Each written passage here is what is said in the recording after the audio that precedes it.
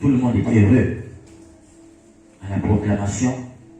Tous ceux à qui il avait donné le bouillon, ils sont satisfaits. Et lui-même est souri. Bon, une année, on l'a consolé, il pleurait, c'est pas grave, l'année prochaine. Il revient encore l'année prochaine. En tout cas, toujours premier d'établissement. Il revient encore. Tous ceux qui connaissent, à la fin, admise. Et lui-même pour la deuxième fois, il sourit.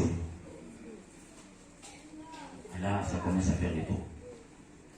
Il le fait pour la troisième fois. Tous ceux qui est dans la classe, à la fin, admis. Et lui-même encore, échoué. Pendant ce temps, les amis avec qui ils avaient commencé, ils ont fini la licence à l'université. Ils sont revenus. Tu es encore là. Mais qu'est-ce qui ne va pas? Nous, on a réussi grâce à toi. Et bon, comme nous sommes là, nous sommes des amis, on ne peut pas te négliger. Nous savons que si nous sommes arrivés là-bas, c'est grâce à toi. On va que cette année, on va être ensemble, on va pousser les choses. Donc, ils ont été le gars à travailler avec lui, à prier même. Quatrième fois, il tape encore ce qu'il est de la salle là-bas, admis. On proclame les résultats lui-même, échoué. Et là, il voulait se susciter, tout ça, les gens l'ont calmé, tout ça, on laisse. Il est fait pour la cinquième fois. Il tape encore, échoué. Non, mais tu sais, tu ne priais pas, cette année, il faut essayer un peu de prier. Il rentre dans les églises, ça et là. Il tape pour la sixième fois, échoué. Ici, on continue. Et il décide d'abandonner. Il laisse. Il va faire la manutention. Comme si on fait la manutention au port là-bas. Donc, soulever les sacs, tout ça, il a laissé l'école. Parce que tout le monde dans le quartier, il est intelligent, mais vraiment, Yako. Et le premier jour, il est parti, il a travaillé dur. Il a soulevé les choses. Le soir, il est rentré, mal au bas-ventre. Il ne pouvait plus, on l'amène à l'hôpital. On dit, l'hernie s'est déclenchée. Il faut d'urgence une opération. L'argent même qu'il avait gagné le jour-là, ça ne suffisait pas pour l'opérer. Donc, il fallait la solidarité pour qu'il subisse une opération. Et voici, il a subi une opération. Il laisse une cicatrice indélébile. Et pendant que les gens les réconfortaient, lui, il avait son plan. Il dit, bon, moi, je crois que ma vie, c'est un échec. Je n'ai rien à faire ici, dans ce monde. Je dois me tuer, me suicider. Donc, quand il s'est rétabli, à cette époque, ici, il n'y avait pas de maison, c'est une maison abandonnée. Il vient quelque part ici, il prend le fil, une corde, il met, l'attache au cou, il se pend. Et pendant qu'il s'est pendu, le fil s'est coupé. Et les gens qui passaient là, ils entendaient seulement mais c'est le rentre comme ça. Mais quelqu'un s'est pendu. Il est évanoui, on l'amène à l'hôpital, on le soigne, on le fait revenir à la vie. Ça a laissé déjà une plaie. Malgré que ça avait laissé une plaie au niveau de la gorge. Mais il se réveille, il voyait qu'il était déjà au paradis. Il dit, où est-ce que je suis? Il dit, mais tu voulais te suicider, pourquoi? Pourquoi? À cause de l'examen. Donc je ne suis pas mort. Tu n'es pas mort. Il commence à pleurer. Même mourir aussi, il ne peut pas mourir. Et voilà comment les gars, ils souffraient, ils pleuraient. Ils veulent se suicider même, ça ne marche pas. Un jour, il rentre dans une église, Saint-François, j'ai dit le nom. Il arrive au renouveau charismatique, il prie. Donc ça fait déjà 10 ans, il n'a plus, il avait arrêté avec l'école, donc il a fait 6 fois, ça n'a pas marché. 4 ans, il errait ça et là, il était devenu cassé. Et un jour, il rentre là-bas au niveau charismatique pour la prière. Et puis, Maman Goud, qu'on appelle ça déjà, Maman King, comment on l'appelait? Maman Bergère. Maman Bergère tombe en tranche. Et puis il dit, viens ici. Je t'aime beaucoup, raconte beaucoup de choses. Et puis il dit, cette année, il faut faire. faire l'examen. Dieu dit, tu vas voir. Mais tu ne vas pas faire ça ici, tu vas faire ça à Brazzaville. Tu vas faire ça en candidat libre. Mais quand tu vas aller là-bas, tu fais d'abord en premier le passeport, le certificat de nationalité. Tu fais casier judiciaire. Tu te promènes avec ton acte de naissance et un extrait. Tu te promènes chaque jour avec ça. Tu fais l'examen en candidat libre. Ça fait bientôt, depuis 4 ans, j'ai laissé cette affaire, vous voulez encore me faire revenir dans cette affaire-là. Bon. Et quelque chose lui dit, bon, c'est pas grave, je vais le faire. Quand il est parti à Brazzaville, il a fait en candidat libre. Et le jour où on donnait les résultats, il a pris sa radio. À l'époque, il y avait des admis du coup, et on proclamait à la radio. Il était déjà parti vers le pont de Dieu. Ceux qui sont à Brazzaville savent déjà le pont de Dieu. On dit, bon, je vais écouter ici. Si mon nom n'est pas, je me jette déjà. Donc il était avec sa radio, il écoutait. Et puis, paf, il a dit c'est bon. Il a admis. Et admis, du coup, c'était pas arrêté là. Et puis on dit, ceux qui ont donné leur nom, on a cité, c'est-à-dire les excellents, venez vite à la DOP à 17h. On vous attend à la DOP, non, à 16h. Vous venez à la DOP pour une réunion d'urgence. Donc parmi la liste des excellents qu'on a cité, son nom était Pédant. Il se retrouve à la DOP, 16h, 17h, il n'y a personne. Ah, on a dit, j'ai écouté la radio, c'est ici, il n'y a personne. Et 17h30, le vigile arrive pour allumer, mettre la lumière, l'extincteur pour mettre la lumière. Il le voit. Tu ne fais pas ici. Quand j'ai écouté mon nom, on m'a dit de venir à la DOB, mais depuis que je suis là, il ne voit personne. Oh, bon, moi je ne connais pas aux choses là. Donc il rentre dans le salle pour allumer. Et lui aussi, il arrive à l'intérieur. Mais je sors, il dit non, moi on m'a dit ici, je dois savoir où sont les autres.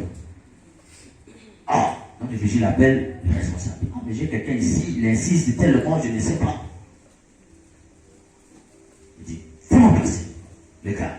Et on appelle les gars. Comment tu t'appelles? Il donne ton nom. On vérifie la liste là-bas. Le nom est là.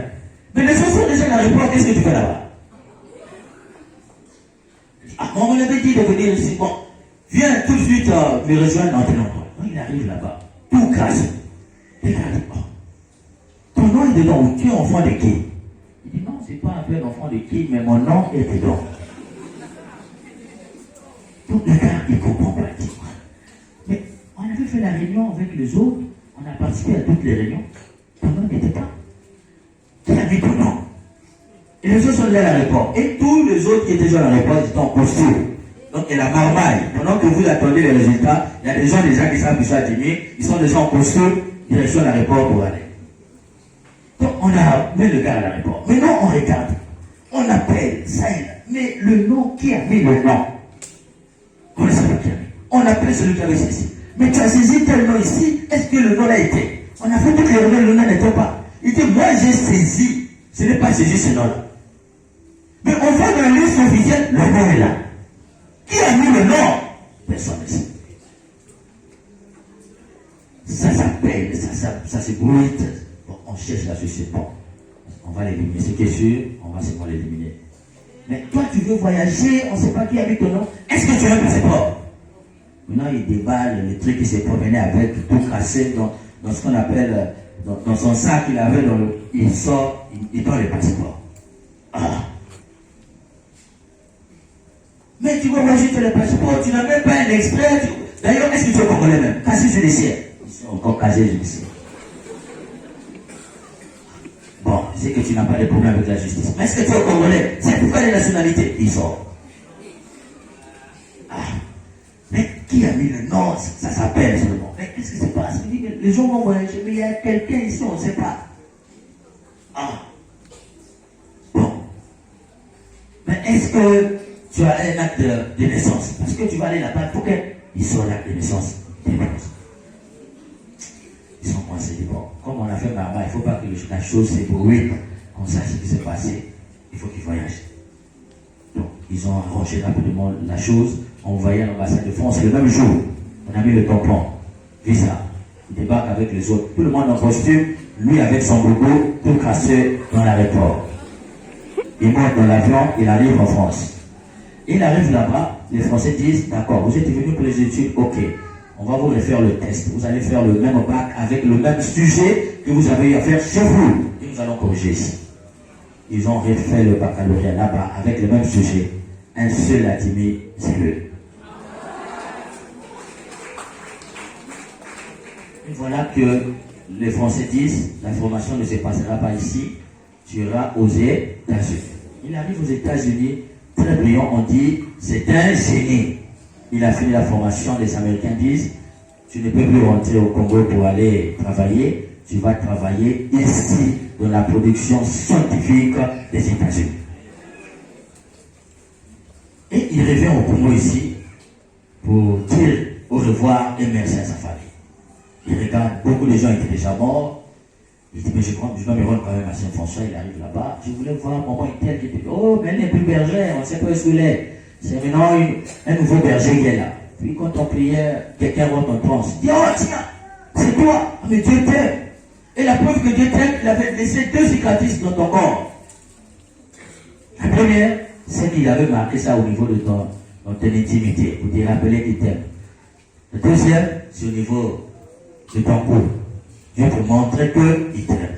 Et s'il avait fait tout cela, c'est parce que si tu avais réussi déjà au moment où les autres réussissaient, dans votre famille, tous ceux qui réussissaient mouraient.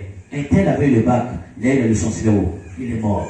Un tel avait le bac, il a eu la maîtrise là-haut, il est mort. Un tel avait le doctorat, il est où? Il est mort. Dieu ne voulait pas que Dieu meure. Il fallait laisser le temps à ceux qui faisaient du mal dans votre famille, qui se débarrassent d'abord de leur pouvoir. Et maintenant, ils sont tous morts. Et tu as réussi. Maintenant, aide ta famille.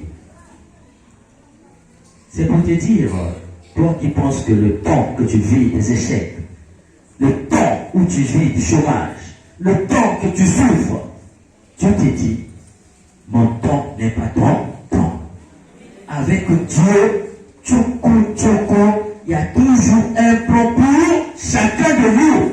Le temps de Dieu n'est pas le temps des hommes. Et il y a toujours un moment dans la vie, Dieu va dire, assez, tu as assez souffert. Maintenant, il faut connaître un peu la joie du ciel dès ici. Pas. Mais tout ce que Dieu te demande, et à travers cette prière que Jésus te donne, sois patient. Sois patient avec Dieu. Le reste, il te donnera sur quoi.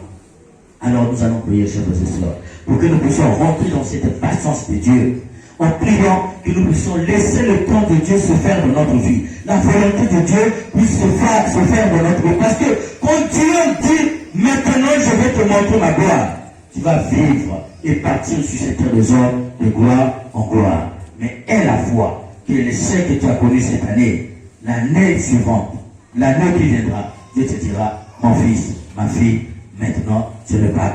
Et quand tu auras le bac, il se peut que cette année-là, que tu puisses satisfaire à un concours international et tu vas partir à l'étranger. Je te dis que si tu crois, tu verras la gloire de Dieu. Je te dis que si tu crois, tu verras la gloire de Dieu. Tu verras la gloire de Dieu. Tu verras la gloire de Dieu. Je te dis que si tu crois, tu verras la gloire de Dieu. Si tu crois, tu verras la gloire de Dieu. Le Congo ne restera pas le Congo d'aujourd'hui. Le Congo va changer. Le Congo sera transformé et nous allons goûter la joie d'être des Congolais et des Congolaises. Que Dieu nous aide à goûter ce jour-là, qu'on soit vivant ce jour-là, mais qu'on ne soit pas mort à cause de la mort qu'on s'est donnée nous-mêmes. Mais soyons vivants. Le jour où le Congo sera le Congo des Congolais, nous allons en réjouir. Amen.